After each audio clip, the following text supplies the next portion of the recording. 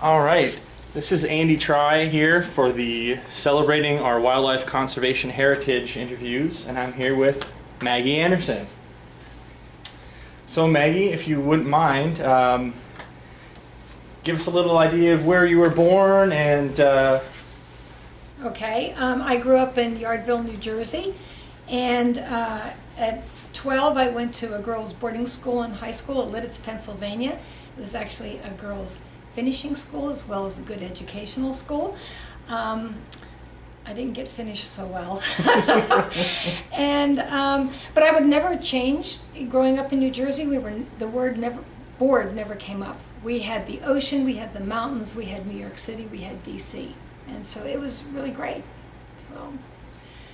So did that time growing up in, was it rural New Jersey or in It the city? was. We were in a town about the size of 7,000, and it was a truck farming community. All the surrounding area was agriculture and orchards and strawberry picking, which I did, and tomato picking.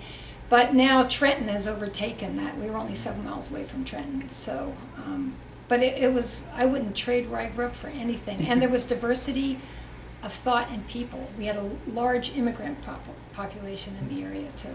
So. And so after finishing school, you headed off to university.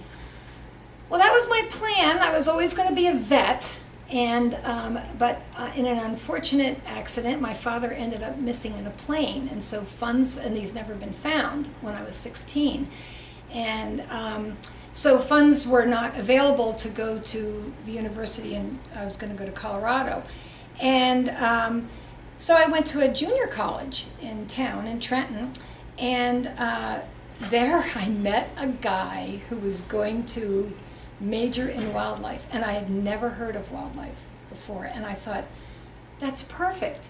Animals and outdoors, and I immediately switched my interest of what I wanted to do. And so because of going to that junior college in Trenton, not only did I find my career, but I also learned not to be afraid of diverse groups, because I went to a boarding school because of the race riots that were going on and in our public schools.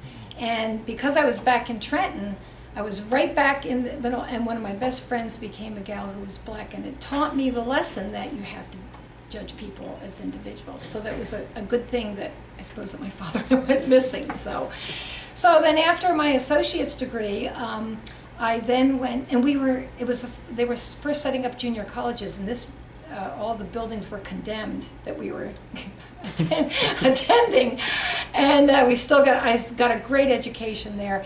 And then I transferred to the University of Maine in Orono, and I was the only transfer female student. And altogether, there were 5 females in the forestry wildlife classes, and all 5 of us ended up doing something with wildlife. Wow. Which is amazing. It is amazing. And I mean, one left the Fish and Wildlife Service because of, a lot of people didn't want women back then, but she set up her own business, and she's still in business.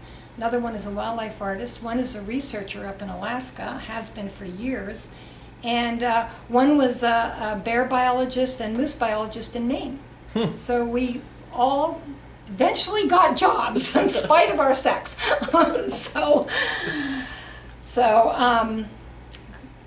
Were there, so when you got to Maine, were there any people, any mentors that were particularly influential to you, or perhaps any readings or experiences that really kind of solidified that I'm going to be a wildlife biologist, or I'm going to work for Fish and Wildlife?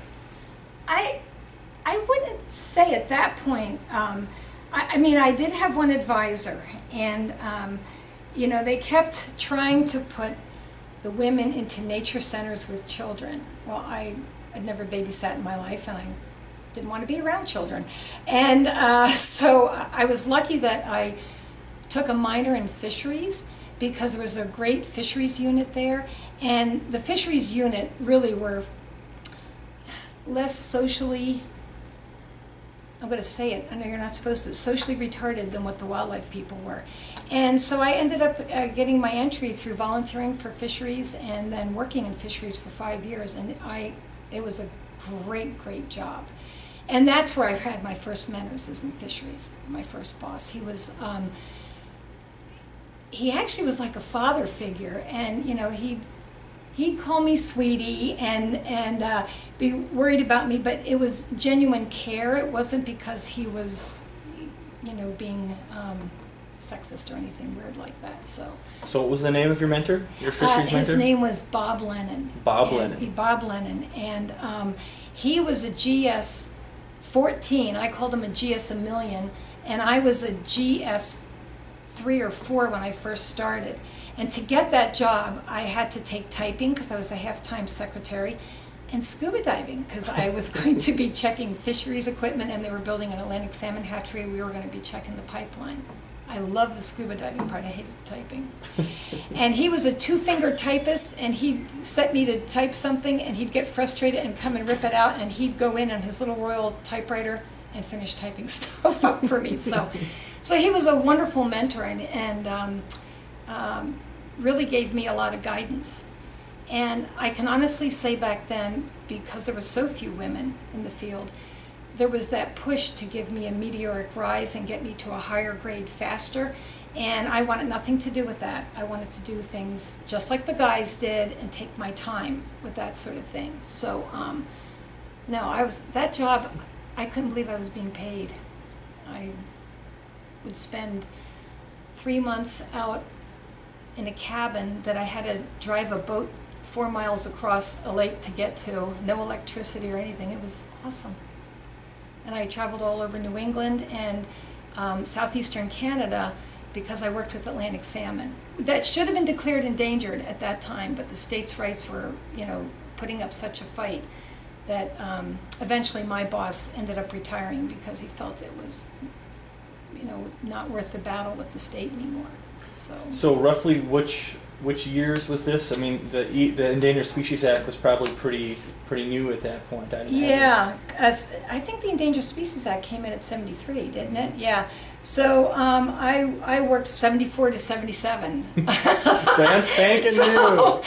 I had graduated in December of 73 because I was a transfer student, and I had volunteered so much that I knew all these people up in the North Maine woods that they were going to be doing a lot of spruce budworm spraying, and so I had connections because of the volunteering doing creel surveys, which was another great time. And so when we were doing all the spraying, we were going in and doing the ceticle nest race analysis and sampling throughout the area. I've had a lot of stuff sprayed on me. And maybe that's why I had twins later on in life. So, I mean, it was a wonderful job because I was in the field most of the time. And then after he left, do you want me to just continue on with Oh, that? absolutely. Okay, after my office closed, I've had 2 offices closed down on me. And that office closed down, and they were going to place me in a hatchery. And I had worked in the hatchery because with the salmon deal, but that was too much predictability for me. I did not want that. And so I ended up going to Moosehorn National Wildlife Refuge. And there, our primary focus was woodcock research. And there again, I was in the field most of the time. I had a wonderful mentor in the biologist, Greg Sepik. And it was just, like I say, I was in the field all the time, and I loved it. And that's where I met my husband, and you know, we ended up getting married on the Refuge, which is no longer a compatible activity to have happen on the Refuge. So then, and that, you know, how long was I there? 77 to 79, and I got married October. I better check that out. October 20th. This is on the record now. Yeah, I know it's on the record. I have it inside my ring. I think it was October 20th in 79, and 2 days later I left Larry behind and I went to the Upper Miss National Wildlife and Fish Refuge. And that's the furthest southern station I've ever been on. left him behind to sell the house and didn't see him for 3 months. It was like a great party. I didn't do anything too serious. And so I was a district manager on the Upper Miss, and that was, anybody who survives working on the Upper Miss is someone who's going to stick it out in their career. I had 3 states, 5 different duck openings, a lot of politics. There was a lot of trapping that was going on, and muskrats were like, you know, $7 in the round, so people were coming from all over. I got law enforcement when I was there, and it was the one station where, and I was outside again, you know, 80% of the time, that I looked to leave the Fish and Wildlife Service. The politics were so bad, and it was our own people who were fighting us on the river and seeming to just bend to special interest groups. So I looked to get a teaching job, because I did have a teaching certificate, which I maintained as a backup unit until the 90s. And luckily, I got the job, but it wouldn't have paid. I had bought land in Maine before I left Maine. So it wouldn't have paid for everything. And also I had twins, and so it wouldn't have paid for, you know, raising them. So I stuck with the Fish and Wildlife Service, and then I moved on to the Upper Peninsula, to the Seney National Wildlife Refuge. And that was a good move, because sometimes, you know, I kept blaming myself. Why can't we communicate enough to our own people to see that they should trust us? And they were, and I closed my office down. It was an all-woman station at the time, too. There was three women.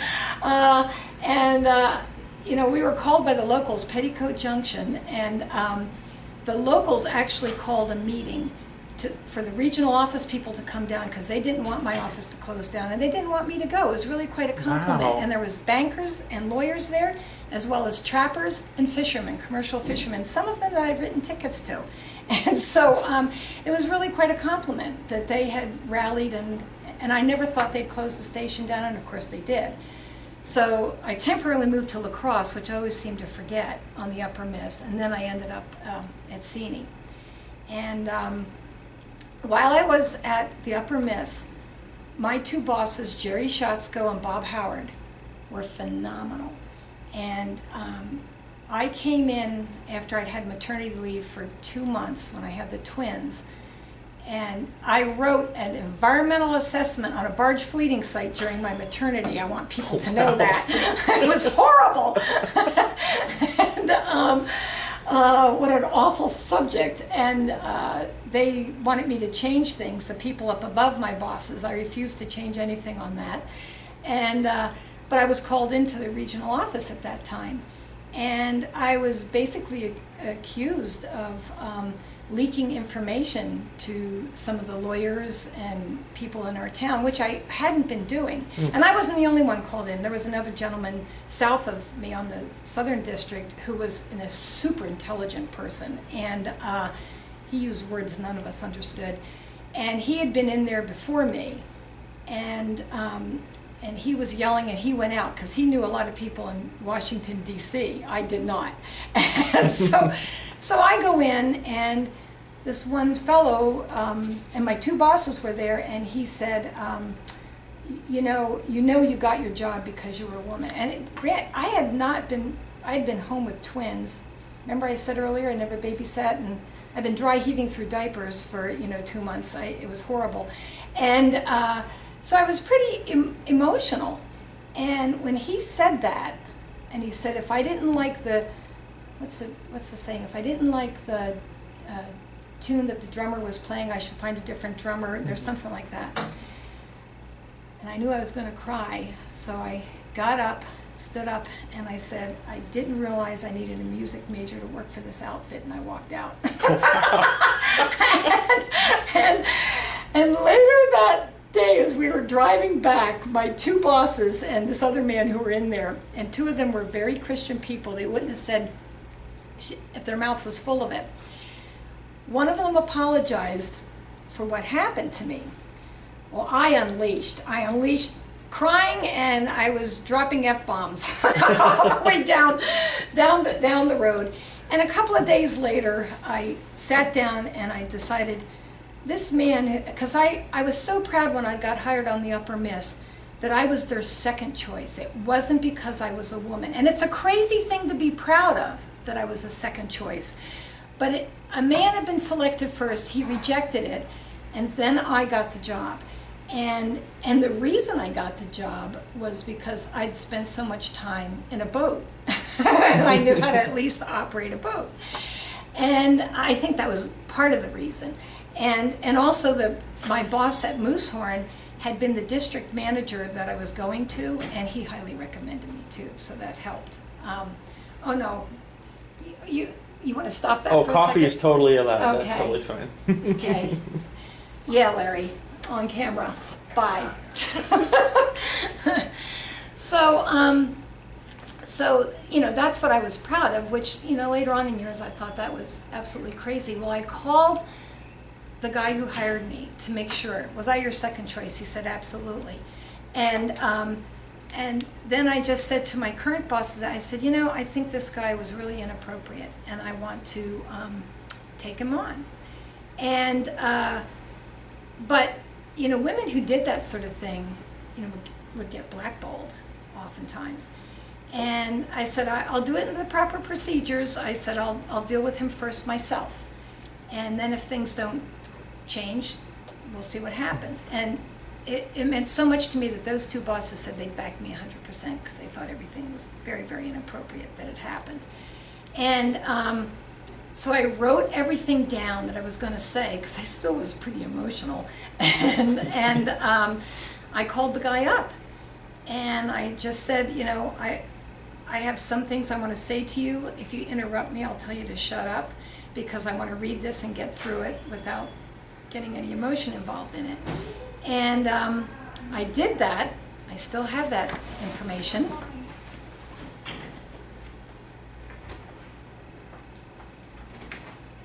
So what era was this? This was the 80s? Yeah, it was the early 80s. And actually, this man that I took on, I knew that there was a black female co-op student that some folks said, well,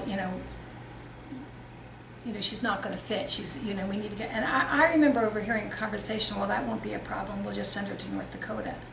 Which is horrible. Instead of just talking, with the person and it didn't matter. I remember thinking, okay, and I never felt different as a female too much. In college, the professors would have naked women on the screen and stuff like that, and it's funny, we all accepted that, the women who were there. And now I think that's horrible, but, it was just the times. To do that, I felt, I had never been a co-op student, so I just had one hump. I was a female. But a black female co-op student had like 3 humps, because there was a lot of people who resented that co-op program when it started too. And I just think it was terrible. So anyway, I read my stuff and took it on, and that guy he was a bully. He used to call me up when I was going to put in a boat landing, and I remember saying to him, you don't need me here. If you have to call on something as simple as a boat landing, I can put a boat landing in. And he never bothered me again, and in fact, he supported me in my next move, and gave me some sound advice.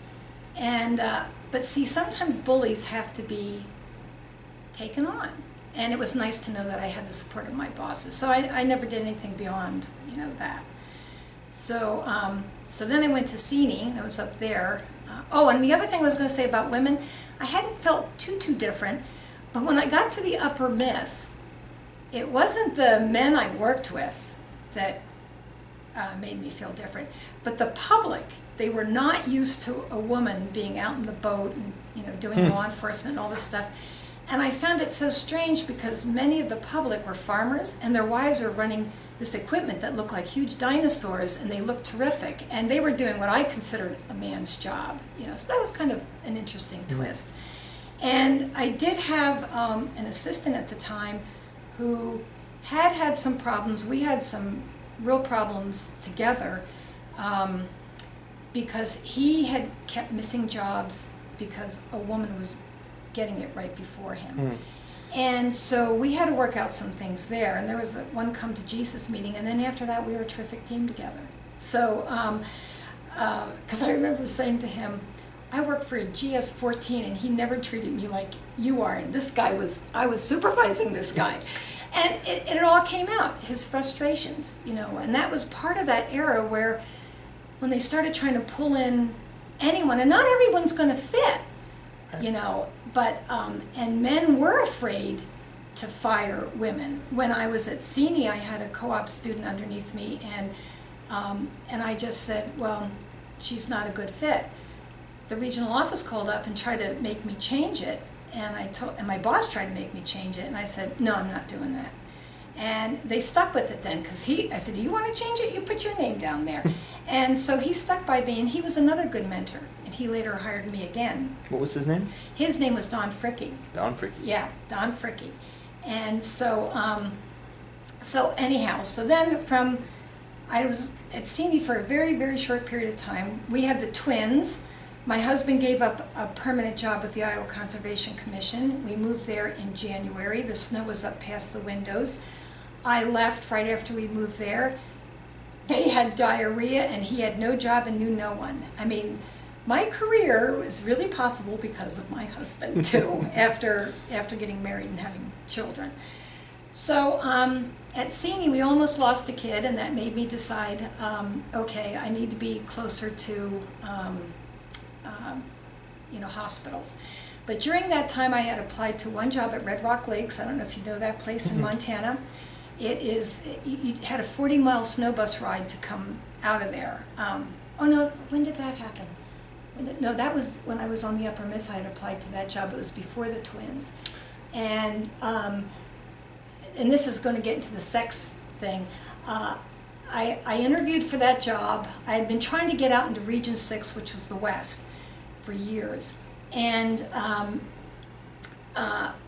when I didn't get that job, the guy told me, and the man who got the job was really, really good. I mean, but I was told, well, you know, there's a lot of Mormons on that station, and it's a remote station, and we didn't want you to have to deal, because they wouldn't want a woman as their boss. That was the reason they gave me. Wrong reason. The guy was very good who they hired.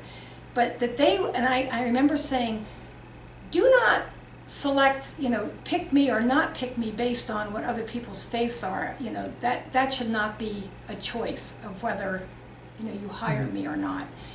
And so I was at CNE, and I was still applying to get into Region 6, and I talked to, I applied for Lee Metcalf National Wildlife Refuge. And I had gotten to know a woman in the personnel office very well, because she knew what kind of jobs I was applying for, because I was trying to get out there. And it had been and there must be 10 rejections that came from Region 6. And she finally said to me, she goes, I'm going to say something to you that I will deny if you pull me into court, because I will lie. And she said, they don't want you. You're a woman, and you were trained east of the Mississippi River. And, you know, and I see you get your hopes up. She knew my voice, and she knew which ones I'd select, and I would fly out and look at these places, do all these things. And she just and her name was Kathy Donovan. She's not living, so I can say her name. And she says, I just want to be honest with you, you know. And I really appreciated that. So when I applied for Lee Metcalf, then there was a hiring freeze, and we decided we were going to have another kid. And so I got pregnant.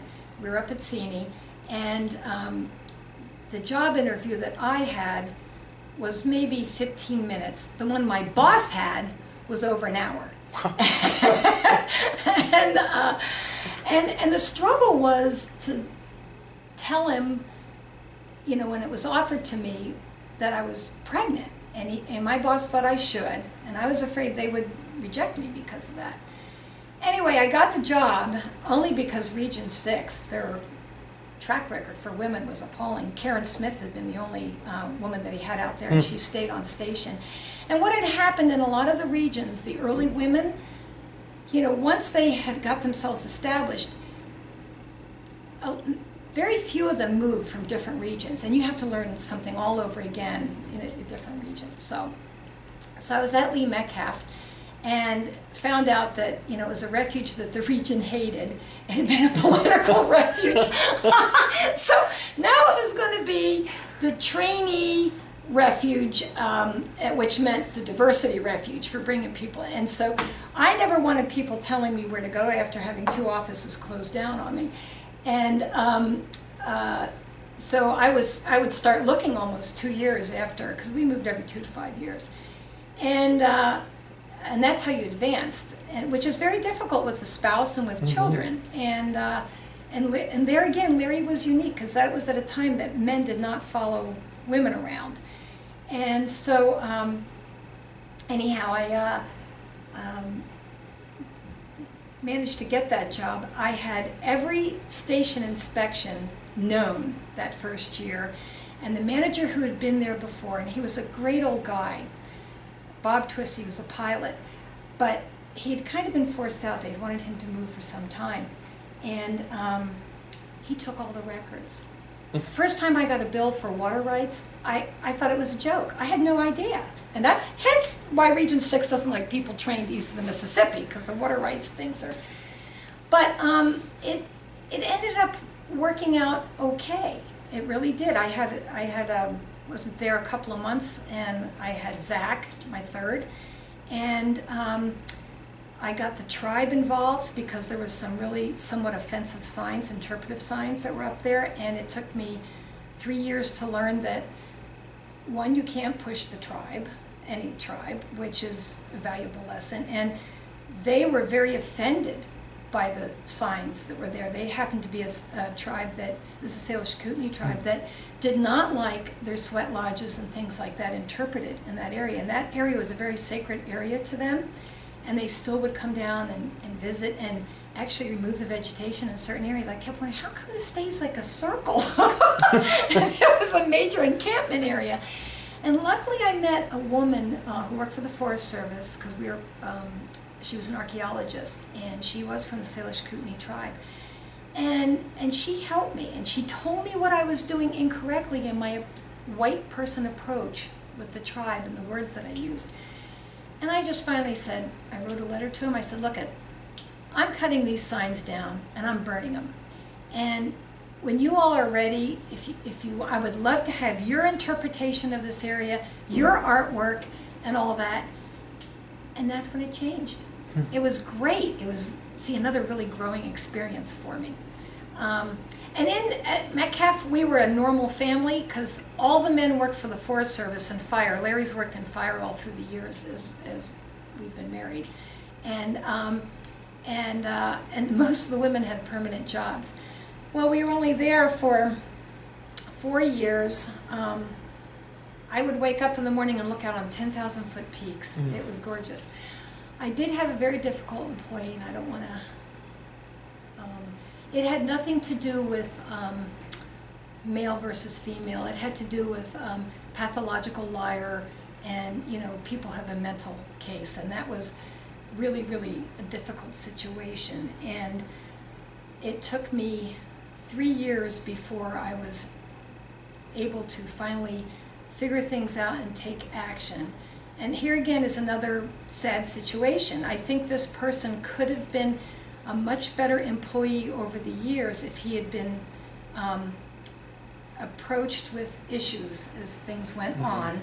And when I took action, I remember getting a call from the regional office, and somebody was congratulating me.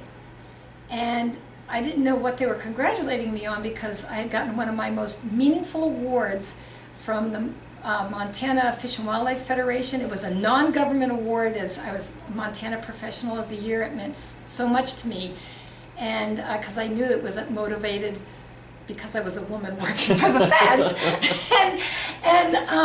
So I didn't know if the regional office had known about that. And I said, well, what do you mean?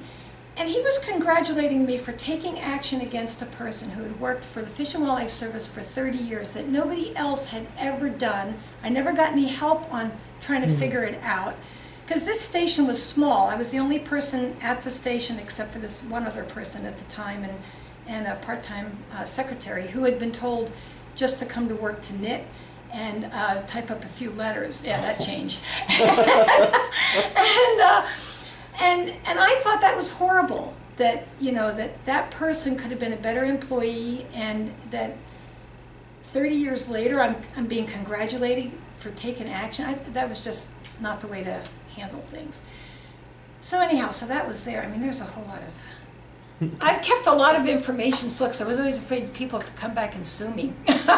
Personnel issues are always the most difficult things, especially when it's your own people, above you or below you.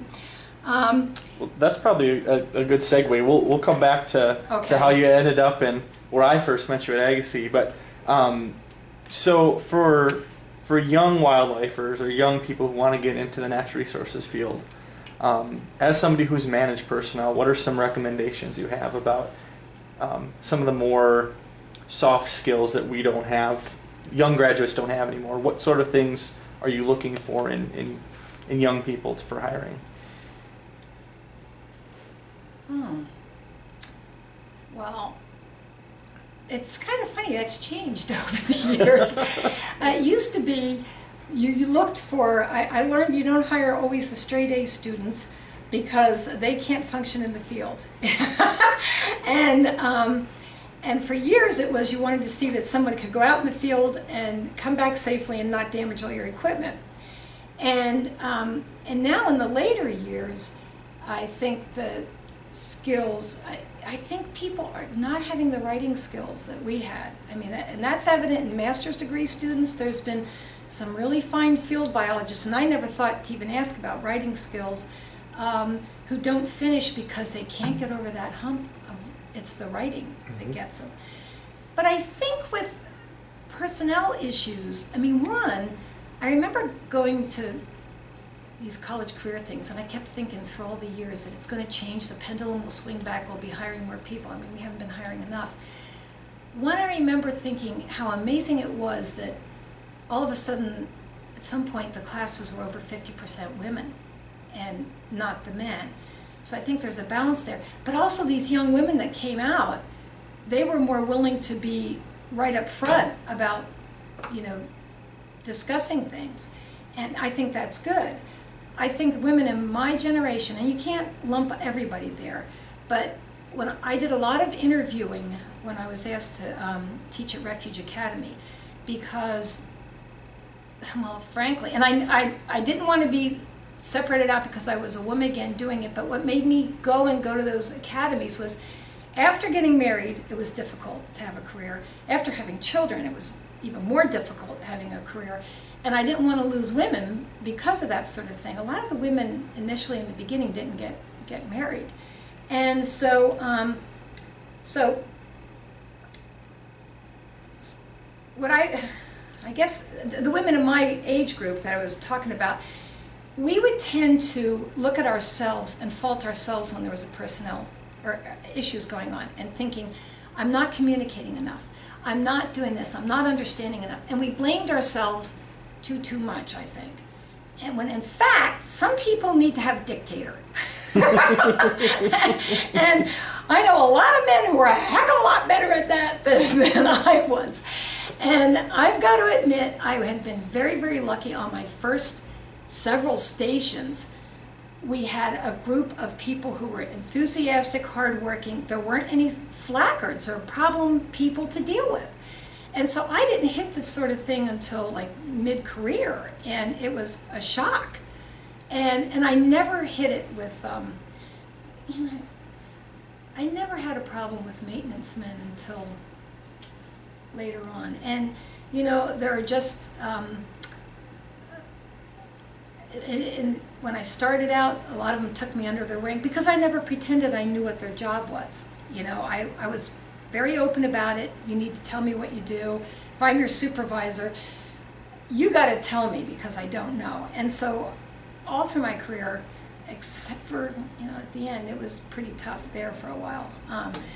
So what I would tell young people that you need to do is you need to take personnel classes and understand it. Have the Myers-Briggs test before you leave your college, so you know who you are when you start out. Because your personality is going to change based on the situation, believe it or not. I remember calling up a boss one time saying, I want to be back the way I was. Because I'm not happy.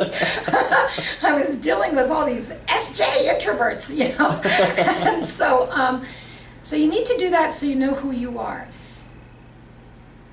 You need to listen to your gut. We're so factually oriented. But sometimes your gut is ringing, and it's telling you what you need to follow, especially when it comes to personnel things or if you're uncomfortable. And don't ignore it and let it go too far. It is so much better. It'll eat you alive.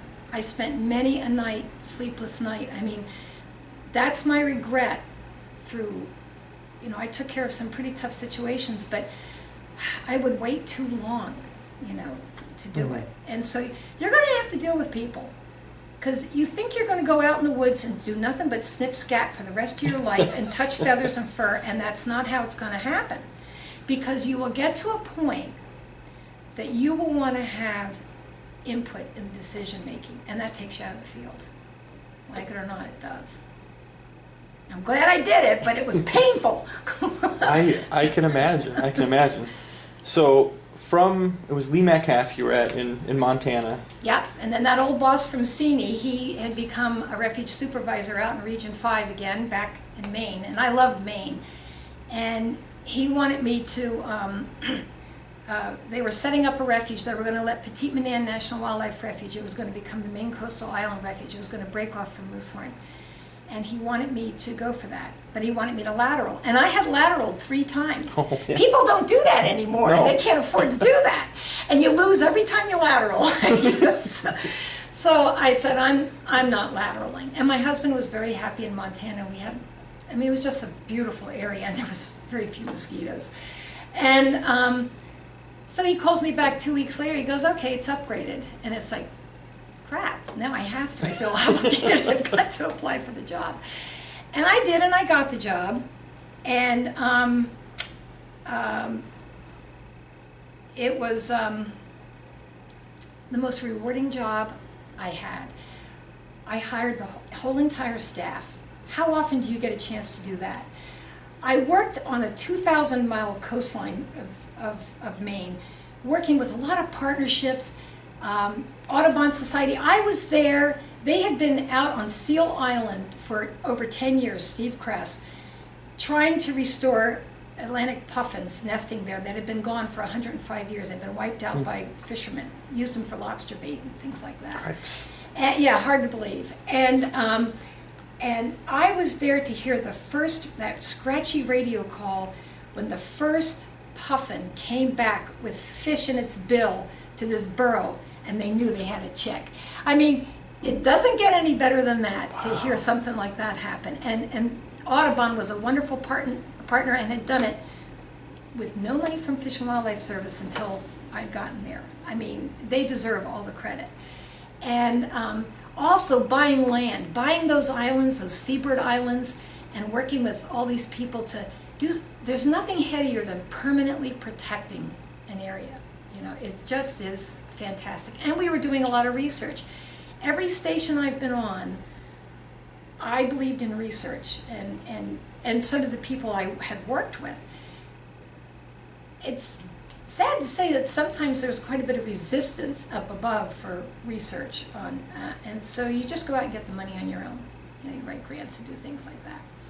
So anyhow, it was truly the most rewarding job I have ever had, because I do love seabirds. If you've ever been out on a seabird island like Petite Manans, when you have the lighthouse going, which is like the heartbeat of the whole system, you've got those magnificent tidal changes. The cacophony of sound is amazing, from petrels to terns, and you've got seals. It's incredible. And anyway, it broke my heart to leave there, but because of how the job was, I was never home. And my husband set the table for dinner one night, and the kids asked him who was coming for supper. And he goes, you know, it was you, Mag. and you know, that was bad. And they were getting older, and our school was going to lose accreditation. We were in a very poor county, Washington County, and so during the middle of a snowstorm, another fellow who I had worked with out in Region 6 and at Seney, he was now a refuge supervisor, and he said Agassiz was opening. And I had always wanted to go to Agassiz. I always used to ask Joe Kotak, when are you going to retire? When are you going to retire? You know, because I mean, it had wolves. You know, it was the only place in the lower 48 that had wolves. And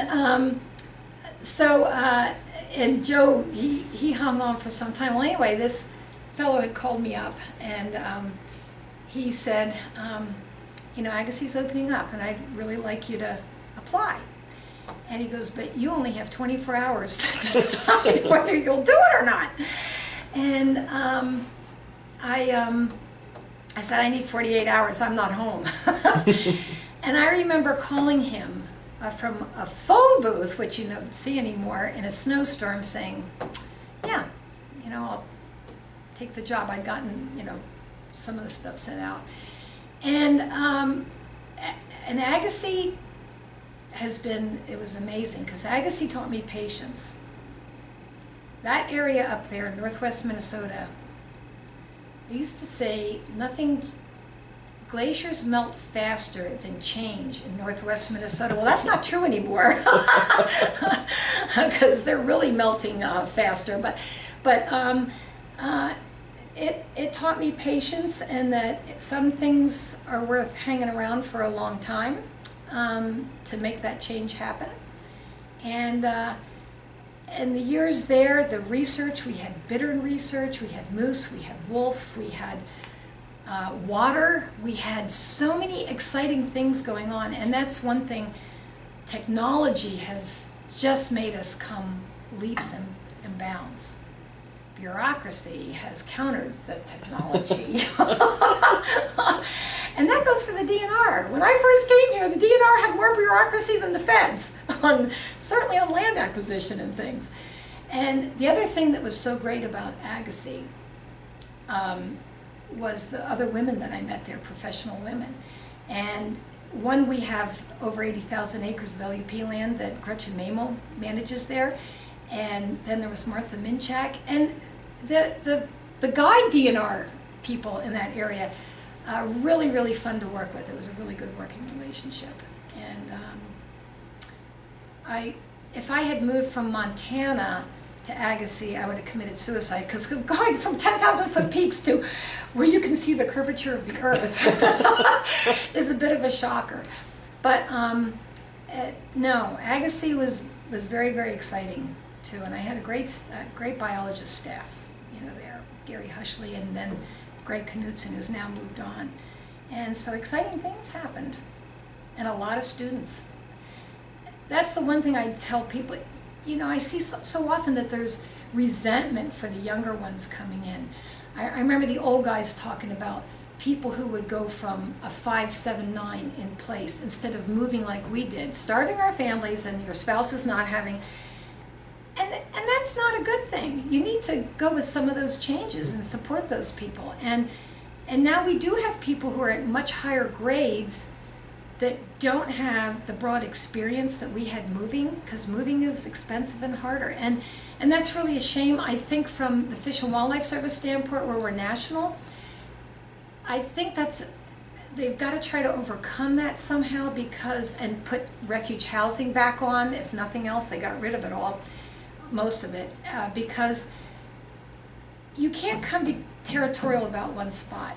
And you know, you're going to be on stations where you are haves, where you have financial support, and you're going to be on stations where you're not, because everything can't be a priority.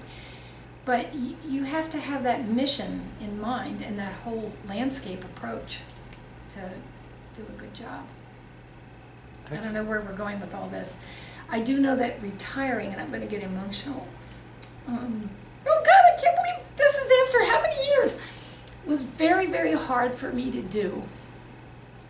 And I had been diagnosed with macular degeneration, which I thought, oh shit, you know, there I said shit, finally. You know, I don't know what that means to me, and there's a hell of a lot of things I want to see and do. And then I wanted to spend more time with my mom, who, you know, had been alone since she was 42. And but I had a terrible time because my whole identity and lifestyle, and that's what it was, a lifestyle. And I think the younger people don't have that as much, and that might be a good thing from a family's perspective, because I love my children. I don't want that to go down. But I can remember every Monday, I'd be really happy to walk out that door. And when Larry couldn't, it was like, I couldn't have been the one to stay home. I could not, and, you know, or do the temporary jobs and things. And so that was very, very hard to give up. And then it's a whole self-worth thing. So it's, I wouldn't change anything except for taking action on personnel things a lot faster. And not letting that escape you, because I should have brought this for you. It should be handed out to all young people, even though they're not a supervisor.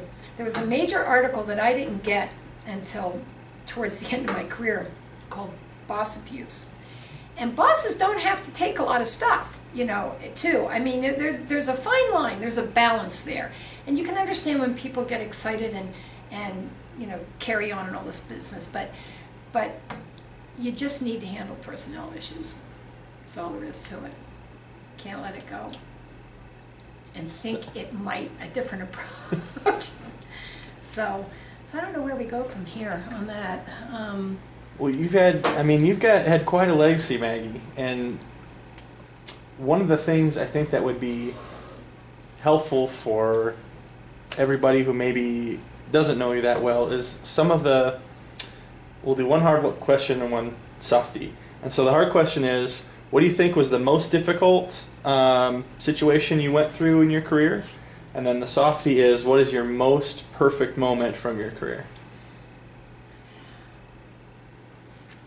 Well, the first most difficult was recognizing that I had an employee who has passed away, who was a pathological liar, who was allowed to carry a weapon. He was in law enforcement. And taking that situation on, and his wife was taking care of one of my children. Oftentimes the maintenance people, you know, they were great babysitters when you're in remote areas, their wives. And finally, after a year and a half, you know, law enforcement in the area had come to me, and I'd been suspecting all these things. And I mean, this is, you know, 2 years of documentation. Really rough. It's rough to do this kind of stuff. And when I would confront people, they didn't want to do anything in writing. And so finally coming to me, you know, because it was law enforcement, and what I worried about in taking it on was that this person might lose it and cause harm to family. And was that the question you wanted to ask? What was the worst time or the most difficult time? The most difficult time. The most difficult time. And yes, it was very difficult because person wasn't stable. He was able to carry a gun. My kid was there. Because we were in an area that was very, very open, he knew when I would be on station or not on station.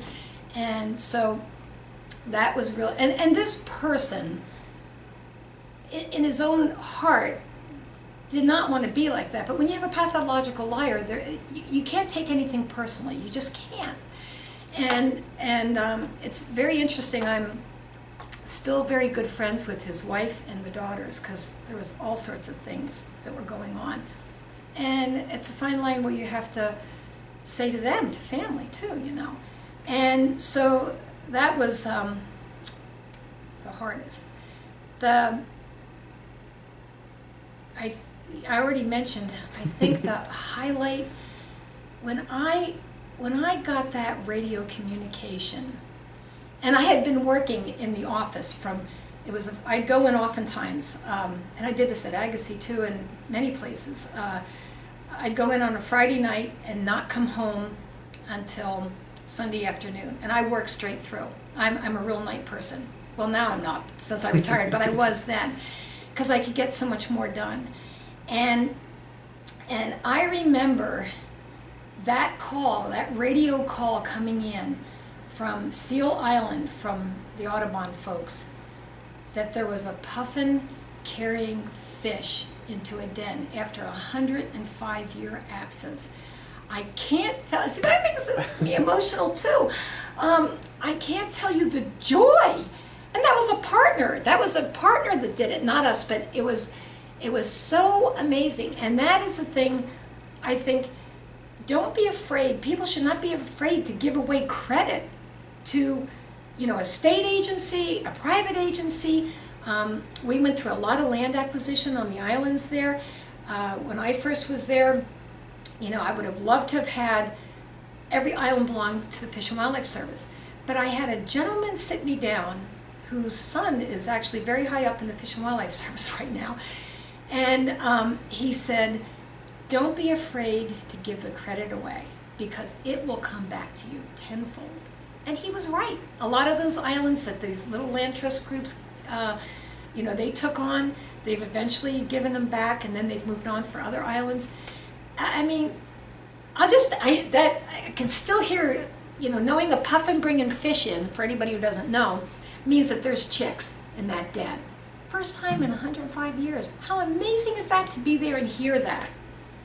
It's a very rare experience, I'd imagine, in our field. It was awesome. And so, it certainly counters the moose population crashing in northern Minnesota. That part's very, very depressing. And so, just to wrap up, do you have one nugget of advice for the young wildlifers and fisheries people that you would have about thriving in this field? I have 10 or more. I'm not giving you one because I can't. All right. And I'm going to just read them. Be honest. If you don't know something, don't pretend. Just be honest.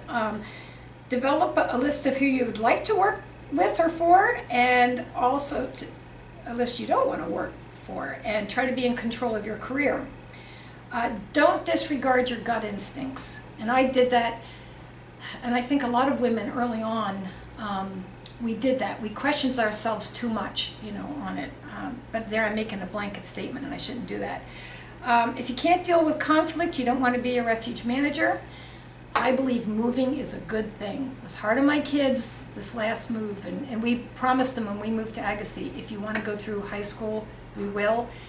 And they did, and then my husband found a permanent job, so 20 years at Agassiz. Let me see, I have right, GIS, ground truth, honesty, no bullshit, verbal communications, and listen. If you don't have a sense of humor, you need to develop one.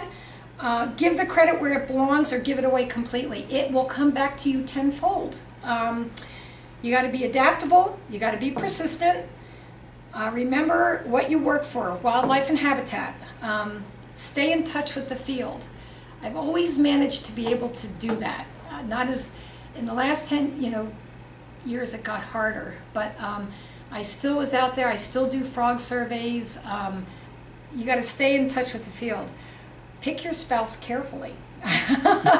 Spend lots of time with your kids. They're gone before you know it. And deal with personnel issues right away. Let's see. And that was difficulties. Some of the difficulties: politics, personnel issues, bureaucracy, different difficulties. Partnerships can be difficult, but they can be so rewarding. They're really worth working at. And I have down here as joys. This is a thing I did. There's nothing more rewarding than doing something permanently. Land acquisition protection, and it doesn't mean it has to be in our ownership. That is so rewarding because you've done something permanently. And research discoveries, whether they're good or bad, at least you're finding out things. And I can say that the places I've lived and the field experiences, the wildlife I've seen, pretty damn emotional. And I wouldn't change a bit of it, except for that I would take care of personnel issues faster. So I was sorry to see it end. But we volunteered in Hawaii for 3 weeks 2 years ago, and we're going back again this year at Refuge. And Keeping that connection. oh, absolutely, absolutely. And I did things like painting railing with the slats that had to be so close together because of all of our overbearing safety regulations. But I was happy. I had I had nenes and all sorts of different birds I'd never seen before in my life, all around us. So it was fun. Wonderful. Well, thanks so much, Maggie. Yeah. Really appreciate it. Thank you. Here I even cried, darn it.